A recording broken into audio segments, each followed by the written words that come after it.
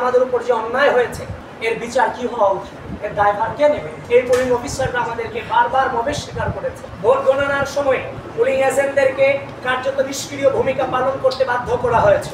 নির্বাচনের দিন বেলা 11:30টার পর থেকে মার্কার পেন না থাকায় ভোটারদেরকে বল পেন দিয়ে ব্যালট পেপারে ক্রস চিহ্ন দিতে হয়েছে। একটি নির্দিষ্ট সময়ের পরের ভোটগুলোতে বল পেন ব্যবহার করে পরিকল্পিতভাবে ভোট নষ্ট করার হীন চেষ্টা।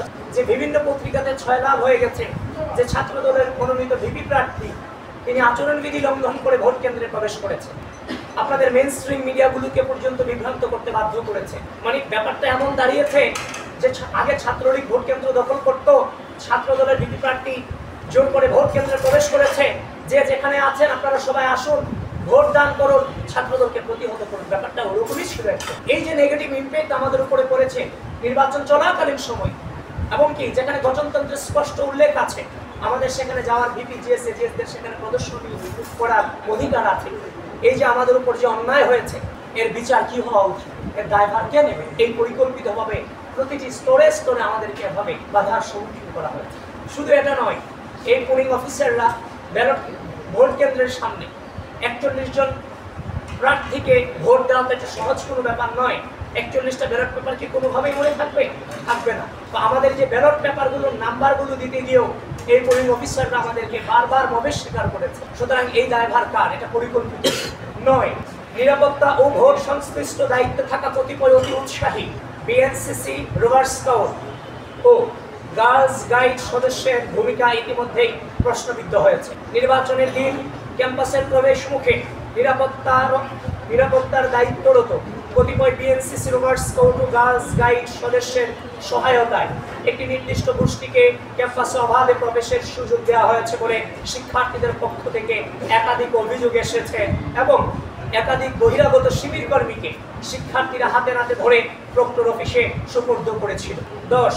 ভোট গণনার সময় পোলিং এজেন্টদেরকে কার্যত নিষ্ক্রিয় ভূমিকা পালন করতে বাধ্য করা হয়েছে। ভোট গণনা প্রক্রিয়ার সাথে পোলিং এজেন্টদেরকে যথাযথভাবে যুক্ত না করায় এবং প্রক্রিয়ায় ত্রুটি থাকার প্রতিবাদে বাংলাদেশ জাতীয়তাবাদী ছাত্রদল সমর্থিত প্যানেলের সকল পোলিং এজেন্ট সহ অধিকাংশ প্রার্থী পোলিং এজেন্ট রেজাল্ট শিটে স্বাক্ষর না করে ভোট কেন্দ্র ত্যাগ করেছেন।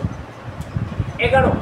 ডাকসু ও হল সংসদ নির্বাচনে অস্বচ্ছ ব্যালট বাক্স ব্যবহার করার কারণে বিভিন্ন অভিযোগ ও বিতর্ক তৈরি হয়েছে। তাছাড়া অধিকাংশ বুথে নির্বাচনের দিন বেলা 11:30টার পর থেকে মার্কার পেন না থাকায় ভোটারদেরকে বল পেন দিয়ে ব্যালট পেপারে ক্রস চিহ্ন দিতে হয়েছে। বল পেনে ক্রস চিহ্ন দেওয়া ভোটগুলো ওএমআর মেশিন সঠিকভাবে রিড করতে পারেনি বলে অনেক ভোট গণনা করা হয়নি বলে পোলিং এজেন্টরা লক্ষ্য করেছিলেন। একটি নির্দিষ্ট সময়ের পরের ভোটগুলোতে বল পেন ব্যবহার করে পরিকল্পিতভাবে ভোট নষ্ট করার হীন চেষ্টা ছিল কিনা তা নিয়ে অধিকাংশ প্রার্থীর মনে শঙ্কা তৈরি হয়েছে। এছাড়াও ভোটার চিহ্নিত করার জন্য আঙ্গুলে যে মার্কার কালি ব্যবহার করা হয়েছে সেটি অস্থায়ী কালি হওয়ার কারণে একই ব্যক্তি একাধিক ভোট দিয়েছে কিনা সে বিষয়ে শিক্ষার্থীদের মনে সন্দেহ দেখা দিয়েছে।